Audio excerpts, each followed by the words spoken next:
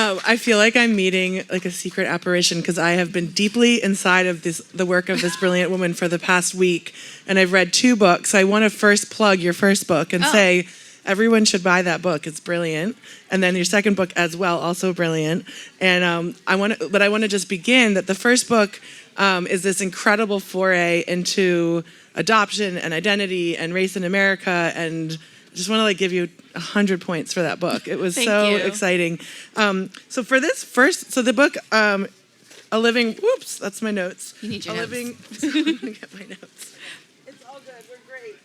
So this book, A Living Remedy, I want to ask you first, just, I can understand with the first book more that I almost felt like it was being pulled out of you. Mm-hmm. Like that story had to be told, and that it was, the telling was I don't know what it meant for you to tell it, but it felt like it had to come out. And this one feels different. I'm curious, what pushed you to write it, how you felt about writing it, why you wanted to write. And just for those of you that haven't read it, it's an incredible summary and memoir of family and race and class and illness and medical systems in America. And she does an incredible treatise of personal history. So what pushed you to write this book? I mean, thank you so much, too, for your kind words and for being in conversation. And thank you all for being here. It really means a lot. It's hot out here, and you could be at the beach, so I especially appreciate it. But so real quickly, the first book, it's very hyper-focused on my adoption. So growing up as a transracial Korean-American adoptee, and my search for my birth family. And I hadn't thought about it in those terms, as it being pulled out of me. It did feel like a book I had to write almost because I did not see myself or anybody like me in the literary landscape. And at the time it came out, it was only 5 years ago. Since then, there have been more adoptee authored memoirs, which is really wonderful. We need more and more.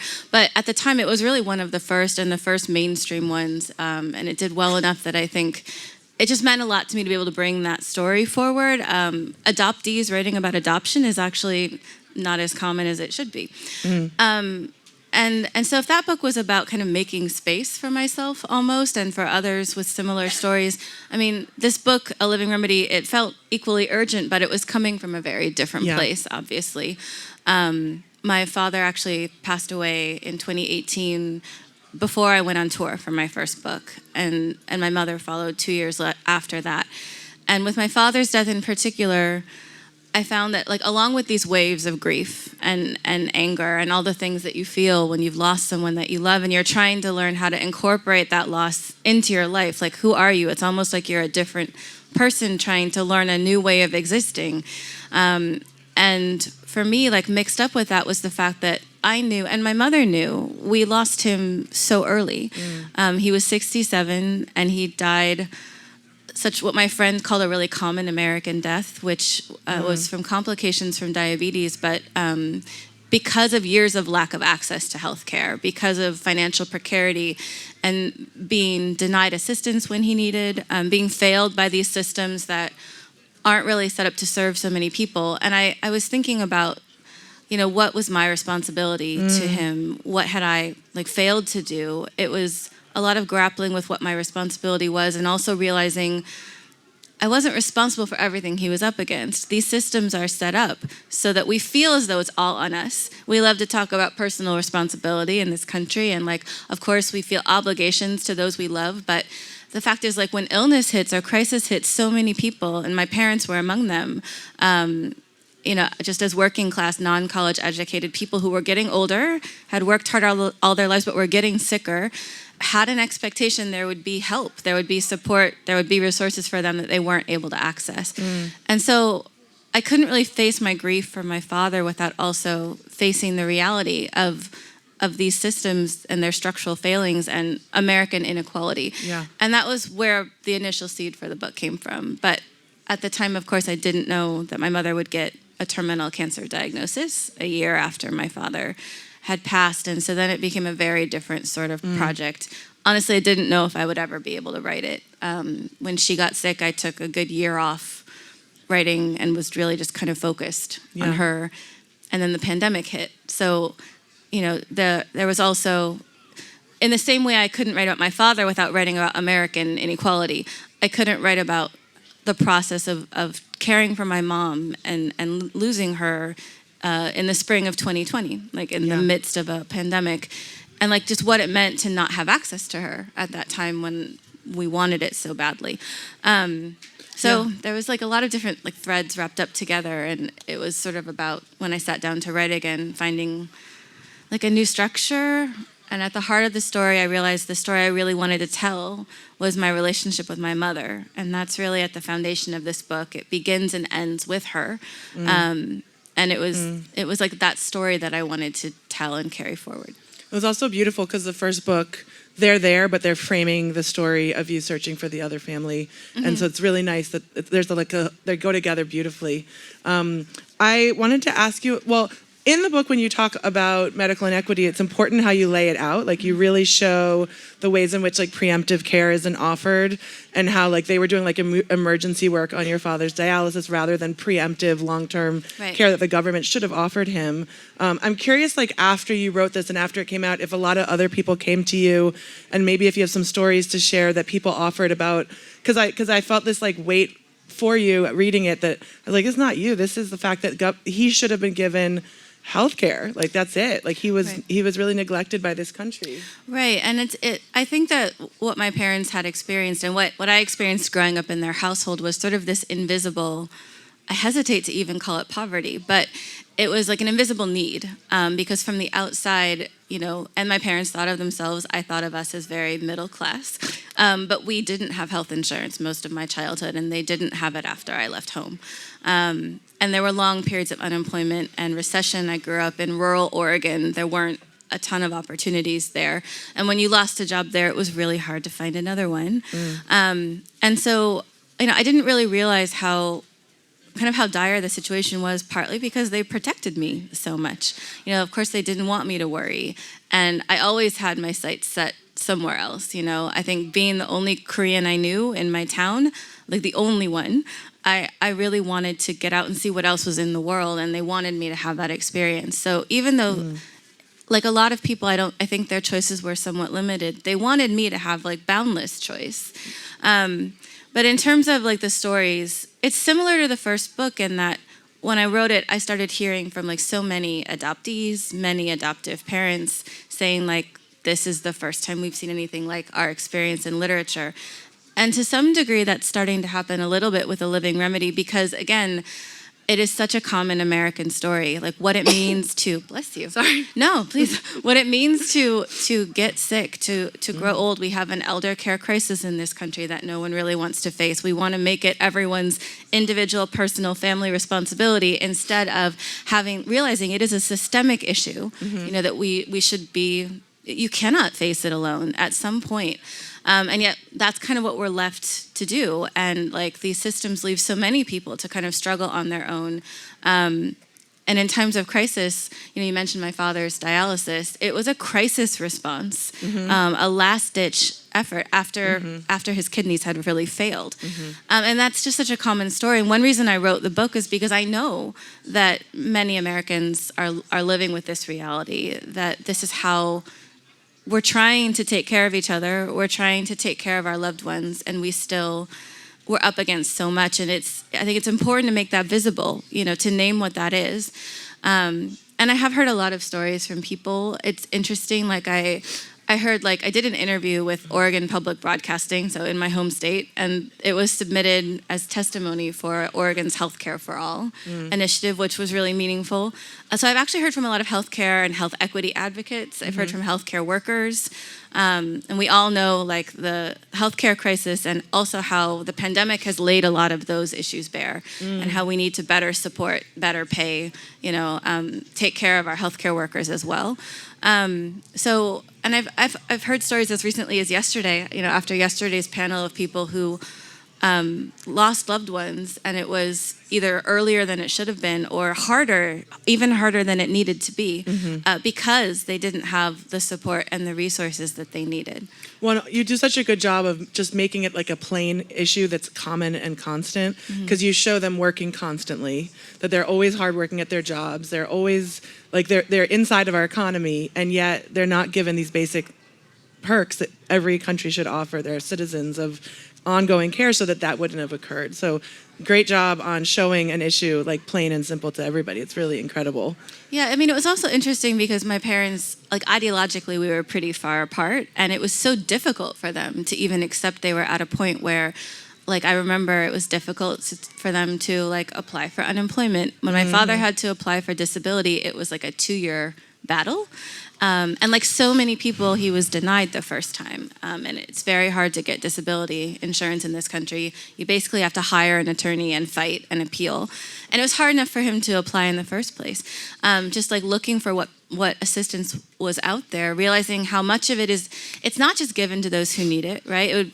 Even then, there would still be like things to reform, but it's means tested, it's gate kept, it's available to some but not others. So much of it is about jumping through hoops and proving you're worthy and proving that you need it more than other people, constantly proving that like you deserve it, and it shouldn't be that way. Yeah. Of course it shouldn't, but that's part of it, is that it's just it's what's available is not as accessible as it should be. So while the book does kind of take on the healthcare system and its failings, I tried to be really honest about, like, there were many points at which the safety net really failed to catch my family, and it's, again, like such a common story. Yes, and then, but you do it so well because built around that is the relationship. So you have the relationship with your father, the relationship with the house, the relationship with Oregon, the relationship with your husband and your mother, and it's really, you really sort of take us gently into this other world.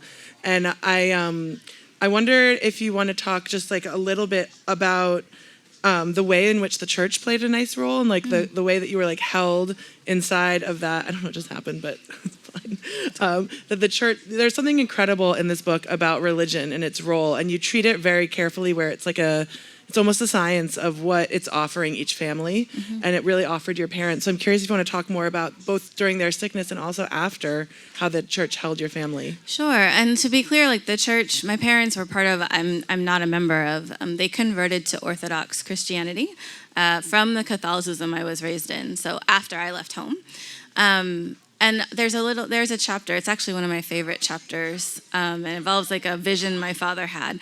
But my parents were very devout, especially my mother, and their church community like really did. It took care of them. It was a very small, tight-knit community. I imagine you must have like many like that here on the island.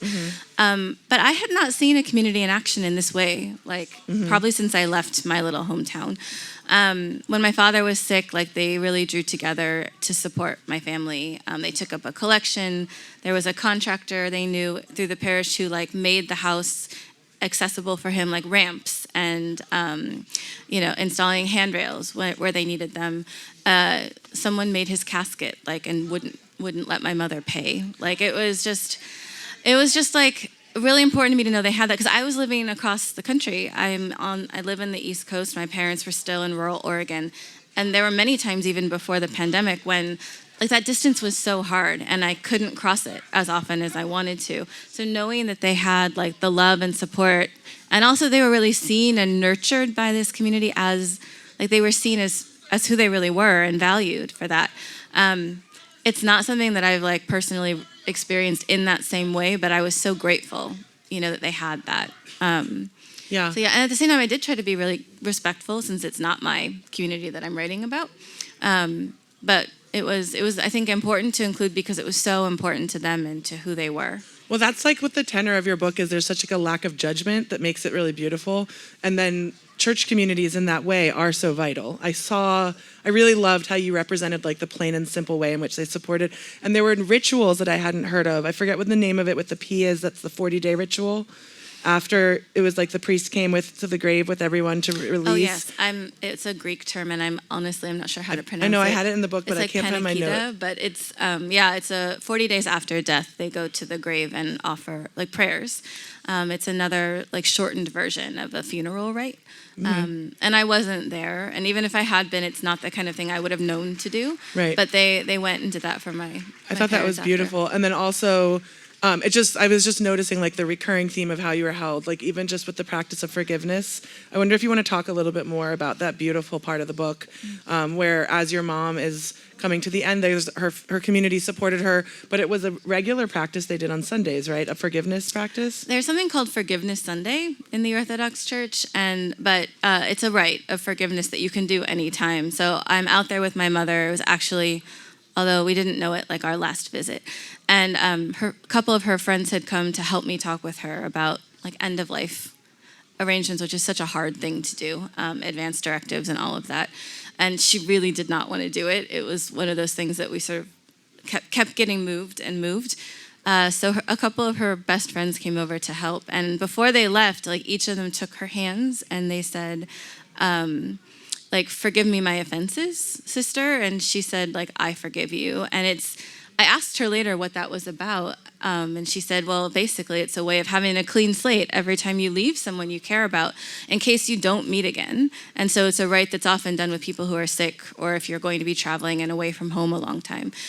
She said it's like you don't want to forget to forgive. You always make forgiveness part of your farewell, which is something I will never forget. And because I felt and sometimes still feel like there's so much. Sometimes you lose someone and you do feel like there's still something unsaid, or you feel as though there's something you still need to apologize or seek forgiveness for. It was a really like meaningful way for me to think about our history as mother and daughter. You know, did anything stand between us that I wanted to try to like seek forgiveness for or forgive her for? I knew we had a farewell coming, and I did not want it to be without like that forgiveness, that grace as parent and child. And so, I don't know, that was just, again, it's not my faith tradition, but that ritual, that like witnessing that, it really helped me reframe part of my grief, like that anticipatory grief. Yeah. And think, well, there's so much here that she and I would never have chosen, but we do get to choose like how we say goodbye. And so much intimacy that like makes it easier in some ways, I think. I loved that scene. I thought that was so beautiful and important. My brain just blinked. I'm curious too, if you want to talk just a little bit more about when the grief hit you. And I was thinking, there's like many, I could like define this book in different terms. I could say this is a story of like a daughter and her parents. And I could say this is a story about Oregon and like economics. Or I could say this is a story about the vital importance of preemptive care and grief leave. And I wonder if you want to talk a little bit, because so there's, and I found the word, it's like pambika, I think, for the practice. But you really make it clear, very clear in this memoir, how intense it is when you lose a parent to go back to work. And so I have questions. I'll like put it on one and then you can answer. One is about grief leave, and two, how you held yourself writing this memoir, because you rewrote the deaths and you rewrote the pain. And so I'm curious how you, like what like personal practices you had to put in place to do that. So those are two different questions. Oh, I grief leave and personal practice. I appreciate them both. I do write a little bit about bereavement leave, and I write a lot in this book about like what it means to grieve under capitalism, which is not something I'd thought about before I was going through it. The company I worked for a publisher at the time my father passed, and I was getting ready to publish a book. And there were so many things about publishing. You can't stop it once it's like the horse has left the barn. You just got to chase it. There were things I couldn't put off. There were things I just had to do. And because the book was coming out, at this interval. And my company didn't have a bereavement leave policy at that point. It was a small enough company that I think the understanding was like, ask for what you need. And there was nothing really codified. So I didn't know. I was like, a week? Is a week enough? I guess a week's probably enough. No, it's not. It's very much not. But any more than that, and it would have been unpaid. And I was financially supporting my mother at that point. And it was the same thing kind of when she got sick. I could have taken family leave. It would have been unpaid. And then no one would be paying her rent. So it was very much like having to choose. You can actually know what the healthier thing, or like, you can know that it would be better to take care of yourself and your grief and your emotions in this way. And again, this is part of how we live here, right? It's still kind of impossible to choose that. Can I read a quote from your book real quick? Oh, sure. So she writes, just to remind ourselves of what it's like to grieve while working is insane, actually. And it's not good for the economy nor the individual. She says, for the rest of the day and most of the night, I cannot stop crying. I cry while I eat or drink. I cry in the shower and when I lie down to try to sleep. Even when I'm worn out, too hoarse for my sobs to make much of a sound, the tears keep coming silently drifting down my cheeks. And then later she says, for me, grief is like waking up every day in a different house. I feel as though I ought to know my way around by now. I've been grieving for my father for more than 2 years, but find that I'm continually losing my bearings, struggling to learn the layout anew. I will walk through a door in my mind that I didn't even notice the day before, trip over a memory I've relived 1,000 times, and it's as if I were seeing the space around me, breathing in this hushed loneliness for the first time. And I think that disorientation is like rarely spoken of, and you do kind of get reborn when a parent dies. I'm just gonna say that my book is about the loss of my father, and so I really appreciated hearing the resonance of this thing that we don't talk about in our culture and how hard it is to go to work and be in the same point of reference after your entire point of reference has been changed. It's hard, and like that seems to be what we expect of people is there's like this period where people are very gentle with you and they're very solicitous, and that can also feel awkward, but like it's appreciated. There's a certain point at when she realized, of course, like it's not their loss. People have moved on. You're expected to kind of pick up and move on. And I think we don't do a great job at like talking honestly about what grief is like the lows. Also like the parts of it that are like just there's no other term for it, like funny. Like sometimes the most disorienting parts of grief like can be funny. There were times like I remember something my parents said, or my mother had a very like wonderful, dark, dry sense of humor. And we had put off like getting my father's gravestone for so long. And then at one point she told me, well, if you wait long enough, you can just get one stone for both of us. And it seems terrible like to laugh at, but I just do remember like this is so you. Like, of course you would say that.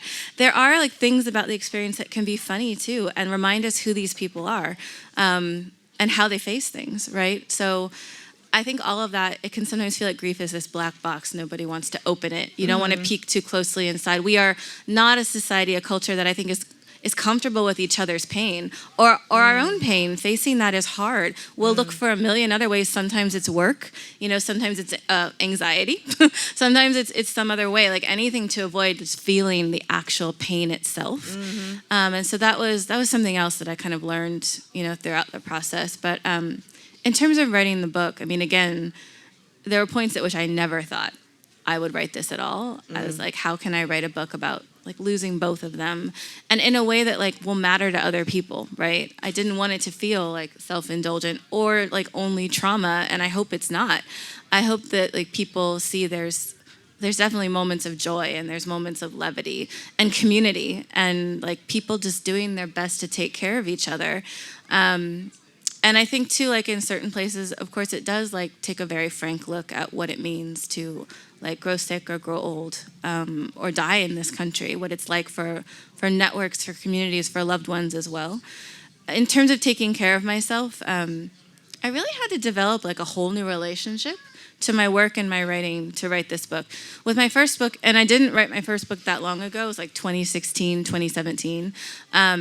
I've always been a very nose to the grindstone writer. My other job, I'm a freelancer, I'm a journalist. I'm used to meeting deadlines. I'm used to working through weekends, working late nights, whatever it takes. I'll get like revisions at 11 p.m. I'll fact check on a Saturday. Like that's just what's required with the job sometimes. But writing a book is different. It's a longer project. And the emotional terrain of this book, combined with writing it during a pandemic, while my kids are home doing Zoom school. I'm trying to help my younger daughter get through the Zoom school day. And like while I'm trying to work full time, I just had to show myself a lot more grace and a lot more patience. What I realized later is, I have to treat myself like a human being and not a robot, because in fact, I'm not a machine. And if I had tried to just kind of force my way through, I don't think this would have been the book it needed to be. I was able to kind of work on it in fits and starts. I really was in a meditative state writing a lot of it. I think that's why it's like more lyrical than my first book. Is it has a different feel. Certainly like it sinks deeper, I think, emotionally. And that's because like a lot of my process was like taking a long walk through the woods and just being with myself and thinking about the book and about my parents and doing that active memory work. Because writing this also meant spending time with them and like remembering who they were, their gestures, the way they talked, like things we fought about, things we loved about each other. And there was no looking away from that pain. Whereas sometimes when you're grieving, you can try to protect yourself. Like you can't look too closely all the time. It's very intense. I'm sure you've experienced the same thing. Writing a book, you can't spare yourself. You know, you have to like remember, you're summoning up who these people were and are to you, and you can't look away from it. And so I was glad I gave myself like the time and the grace and the patience I needed to do that, because it was not like a something that I could spare myself, you know, if I wanted to grieve, but also if I wanted to write, you know, this story. Yeah. When you talk about giving yourself grace, will you give me like 2 examples? Oh yeah. So I mean, one really is like, instead of just sitting with my butt in the chair, like trying to like make a sentence work that wasn't working, I would just leave. Like I would not write. And I would actually get really good at tricking my brain into thinking, we're not writing, like we're not working at all. We're going to go for a walk. You'll do laundry or, you know, whatever. Call a friend. I did a lot of that. And I wasn't even calling to talk about the book. I was just calling to chat. And they were ways of like, I think any breakthroughs I had, for like any narrative issues I managed to resolve, it was when I stepped away and I started to notice, oh, that's like an important thing to pay attention to. I always thought it was just like about having your butt in the chair and writing until it's done. And sometimes that's the case. I do want to stress, I think, especially when I write journalism, that's how it often works. But a project like this, it's so intimate, it's much longer. It's just such a sustained narrative, and it was so emotionally like deep. I needed sometimes to just step away. Yeah. So not writing was the first thing. And then like what did I do? I think I moved my deadline twice. First book, I did not. I mean, I remember finishing that actually like the week after my father passed, because I didn't know you could miss a deadline. People do it all the time, by the way. Asking for extensions is so common, but I did not know that. I was in like debut author mode, especially like as a marginalized person in publishing, thinking like, I just have to be the easiest, best person to work with. And so, but the second time I was like, yeah, that I'm gonna need like another 6 months. Oh, it turns out I'm actually gonna need another year. And thankfully my editor was really gracious and understanding. She said, you know, memoir is gonna take the time it takes. She's like, don't get me wrong, we want the book, but like take the time you need. She also knew I would have tinkered with it for like 5 more years if she didn't eventually like tear it from my hands. But so I was an editor for many years, and I still, my editor brain is always trying to sabotage my writing. But yeah, just asking for more time and like realizing, like building rest into the process, and like just recognizing when I couldn't write, and then not forcing it. I don't mean it sounds so basic, but it took me not basic. It took me till my late 30s to learn this. So I sort of wish I'd known earlier. I once found Norman Mailer's like list of what his writing day looked like, and I mean, not that he's our hero, but he would go, but it was like sleep 1 hour, like walk 1 hour, and that was part of the practice. Wasn't stare out the window on the list for a while? It's like but it's part of writing. A lot of that. And I think also that there's a difference between being a journalist and a memoirist, where you become the subject. Right. And so you have to treat yourself with love, or the subject sort of. Yeah. I'll tell you one thing about myself, and then I'll move on back. When I was writing mine, to make myself write, I would order ice cream. Yeah. And I would say, okay, because I wrote during the pandemic, and I'd be like, okay, in 2 hours, ice cream will come. Now write. And I do that to myself all the time. I'm like, you can have a muffin when you're done, or something like that. Well, death writing also is different, because death writing, I mean, I want to get a little bit more into how, because you went so deep, like you went to the death scene, and you went to the funeral, and to the dressing of the person, and like you went to a lot of pieces that are so hard to navigate. So I feel like treats and baths or whatever, I'm curious, like, it's so important to hold yourself through that difficult work. Yeah, I mean, I like to, I think I have a really intimate writing style. Like, it's one of, I don't know if you'd call it a strength or just like what I do, but I try to like bring readers in. Why it's not about telling you intimate details of my life, actually. Like, my goal is always to help you think about your losses, your loved ones, your experiences. It's like in the specificity, it's in the details, I think, when we read other stories, that we're able to like it can become a place where we meet ourselves as well, right? I think when the genre is working, like that's what it does for people. It gives you like a chance to reconsider your own experiences, and in the case of our books, I think your own losses. So I also think like during the pandemic, again, this is not a pandemic book, but like and I was really adamant about not writing a pandemic book, but I think it's true that we've obviously all experienced so much individual and collective grief over the past few years, and it can feel as though, and then you throw in like generational grief, and you throw in just like the general loss and disappointment that we all lived through when we couldn't see people we wanted to see, when important events were canceled. There's a lot of like collective grief that it can feel like it's unacknowledged. We've had like maybe one national moment where we like thought about our pandemic dead, and it's kind of shameful that that's all we've had. I think there's a real tendency to want to look away sometimes from grief, from loss, from trauma, but I don't think we can or we should forget these things. I don't think we can or should look away from what we've all individually and collectively experienced. Agreed. So I mean, especially like writing this book during a pandemic. The pandemic itself really only comes into a couple chapters, but I mean, I was very consciously thinking about what everyone was going through. And like my friends, even friends who'd never experienced like the loss of a loved one, like they didn't have to dig deep to understand some of what I was feeling, because we were all living through this moment of like collective shock and loss. Some of it exacerbated by the society that we live in. That's why it's so important that you wrote it, though, too, because then they can see so much of what we don't speak about in our culture is like alive right now, and you give voice to that. One of the things I just want to come back to that you do and weave through this book that's so like beautiful is she does this. I'm telling them. She does this cool thing where she shows these lists. And so there's like the list of what her mother sent her in college. And then there's the list of what she sent her mom when she was sick. And so she closes the book with the list. And I wanted to just read this list, and then I have like my last question, and then we're going to open it up to all of you. Things my mother left me, she says. This lovely woman to my left. 3 wooden jewelry boxes, mostly filled with earrings she had stopped wearing after her ear piercings closed. Pictures of every house she lived in. A raku vase and bowl made by a friend. A pink needlepoint heart I made for her in grade school. Every card, note, and drawing my daughters ever sent to her. Her high school yearbook, her black and white senior portrait wallet-sized, her replacement wedding band bought after she donated my parents' original wedding bands to the church. 6 small colored glass vases collected by my grandmother.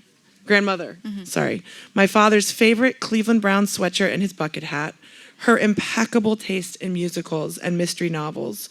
Her stubbornness, her anxiety, a habit of silently reciting Hail Marys when I'm worried and can't fall asleep, a belief that my children will be okay, an expansive definition of the word okay, a model of forgiveness, the hope that I can be half the parent she was, her icon of the angel at the tomb, why do you seek the living among the dead, her love of the ocean.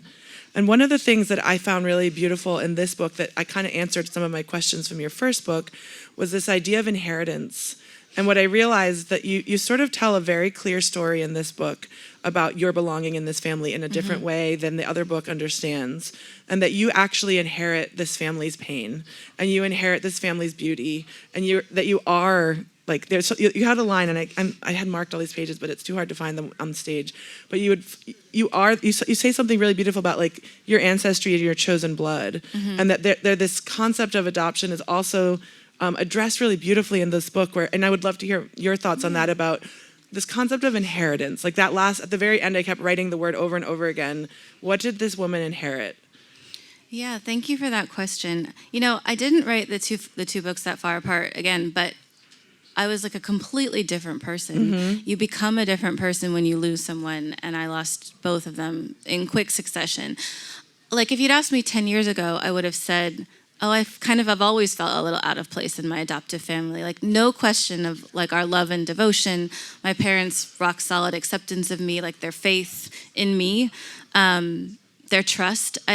Those things never wavered, but there was always like maybe partly because of where I grew up and when, there was always this feeling like I don't quite fit, or like there's more out there. I really wanted to know, like, quote, like where I come from. It's part of what led me to search for my birth family, and seek those connections. But like through the process of like caring for my parents through their illnesses as best I could, and like honestly through the process of witnessing like their deaths, I guess that's true. I really, I don't know. I mean, I was like, oh my God, you were right. Like, truly the important thing in the end was our love for each other. Like, there were all these other things I thought were so important too, and they are. Like, heritage is important, culture is important, and knowing my origins is something I'll always be grateful for.